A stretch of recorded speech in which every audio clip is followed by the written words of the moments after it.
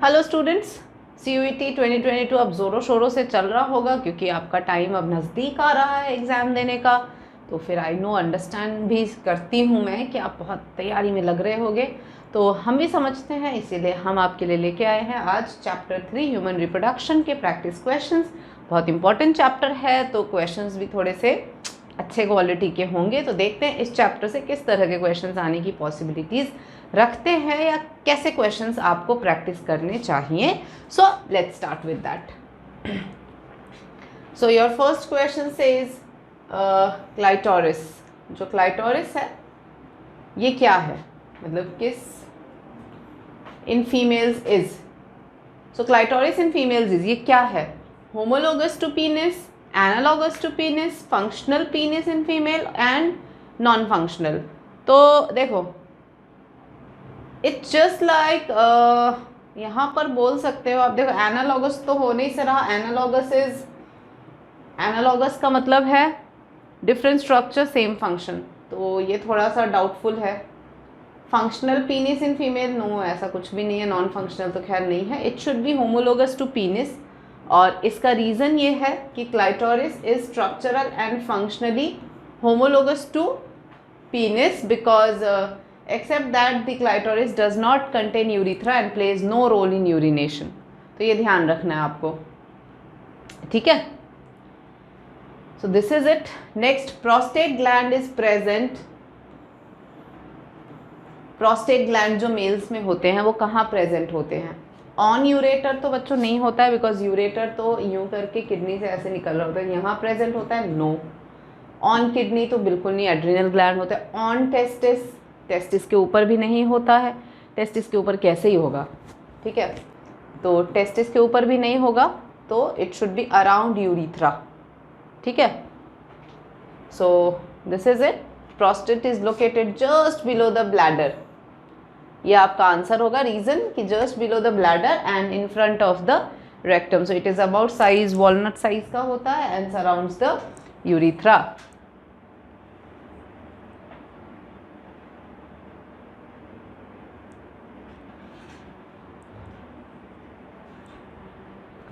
So it surrounds the urethra, ठीक है। And यही है primary function of the prostate is to produce the fluid that nourishes and transports sperm. तो ये आपको ध्यान रखना है, ठीक है बच्चों। नेक्स्ट क्वेश्चन ले लेते हैं। Next question is corpus luteum develops from oocyte। कहाँ से डेवलप करता है कॉर्पस ल्यूटियम? तो क्या आंसर करेंगे हम लोग? ये तो आपने पढ़ा है, ये तो आपको आता भी है। देखो oocyte और ल्यूटियम का कोई रोल है नहीं, रिलेशन ही नहीं है। नेफ्रोस्टोम जैसा कोई चीज़ रिप्रोडक्शन में काम में नहीं आता है।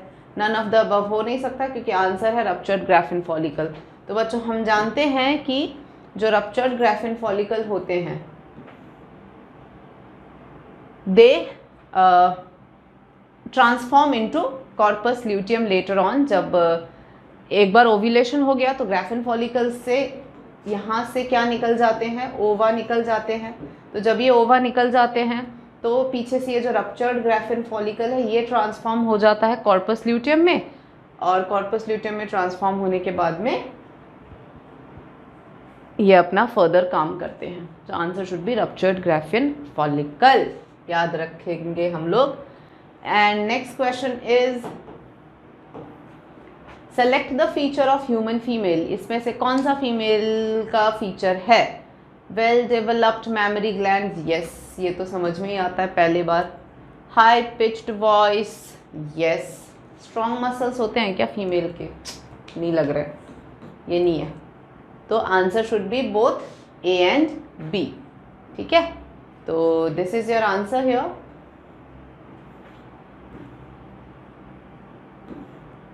The answer should be both A and B because females mammary glands होते हैं because breasts and all are developed and females they have higher pitched voice than males। तो female का जैसे shrill होता है ना, कितना shrill सा voice होता है, और males का इतना shrill नहीं होता है। Okay, one more very good question मुझे लग रहा है यहाँ पे। देखें इसको, तो match the structures of male reproductive system given in column 1 and with the features given in column 2 and select the correct match from the options given below। तो इसको देखें क्या बोलना चाह रहा है। रीट टेस्टिस, ये क्या करता है भाई? देखो, rete testis connect seminiferous tubules to vasa efferentia। Yes, A का तो होना चाहिए third. Leydig cells facilitates insemination, no, secrete androgen, ये होना चाहिए। तो बी का होगा 4। सी है seminiferous tubules, तो seminiferous tubule में क्या होता है? meiosis and sperm formation, yes, तो ये हो गया 2। और डी है अपना पीनिस, पीनिस का काम है facilitates insemination, तो ये 1। अब ये ऑप्शन ढूंढो आप, A3, B4, C2, D1। ये कहाँ दिख रहा है आपको? ये वाला, ये रहा, ये है ना, हाँ, A3, B4, C2, D1। It should B B, जो कि है A3, क्योंकि रीट टेस्टिस का काम है सेमिनिफेरस ट्यूब्यूल को वासा एफरेंशिया से कनेक्ट करने का। लेडिग सेल्स का काम है एंड्रोजन सिक्रीट करने का, ठीक है। सेमिनिफेरस ट्यूब्यूल में मियोसिस एंड स्पर्म फॉर्मेशन होता है और पीनिस में इट फैसिलिटेट्स इंसेमिनेशन। तो this is the correct answer, option number B, ठीक है। एक्सप्लेनेशन हमने दे ही दिया, तो हम बढ़ते हैं आगे। एंड आगे आते हैं तो हमें मिलता है एक और डायग्राम, और डायग्राम में हमें देखना है the given figure depicts a diagrammatic sectional view of the human female.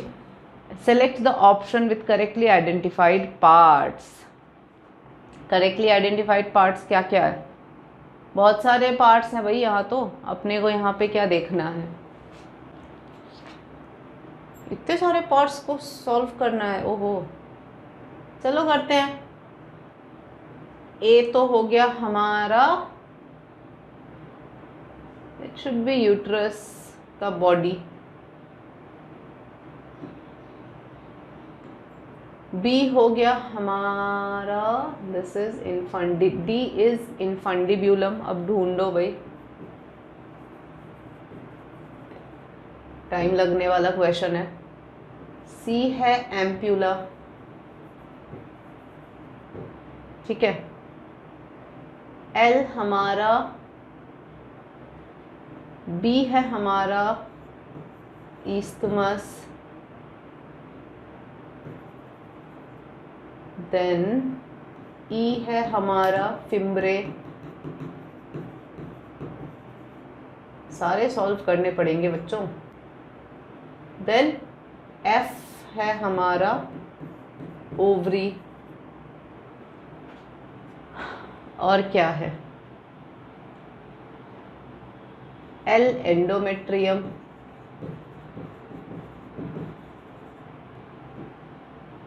Then this is myometrium, perimetrium. कुछ बैठा कि नहीं बैठा?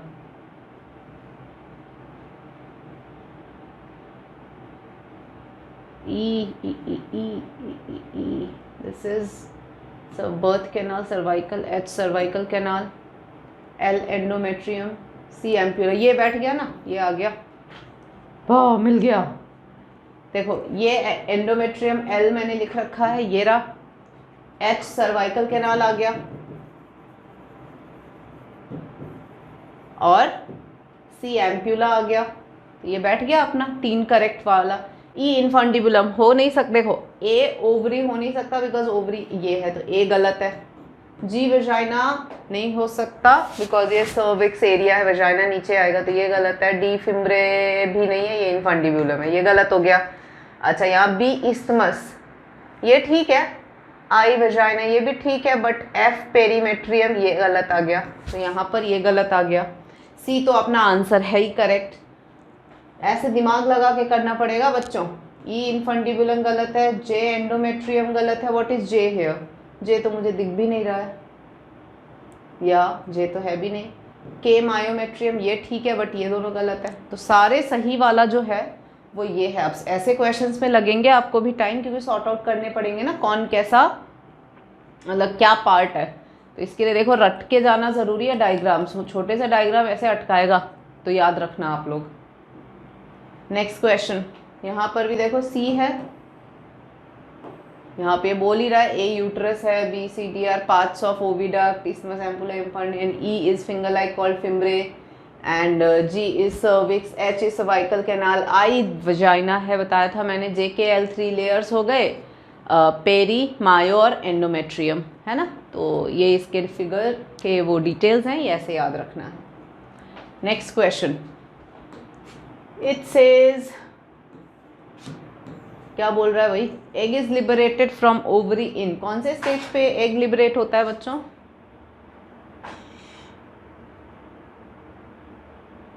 सो egg is liberated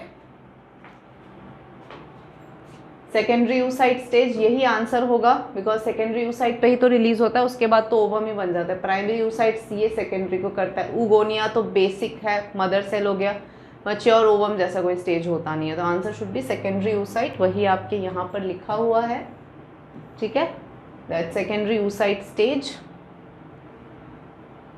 and ovulation के दौरान egg occurs at the secondary oocyte stage, जिसमें मियोसिस 1 जो है वो कंप्लीट हो चुका होता है, मियोसिस 2 पे वो अरेस्टेड होता है।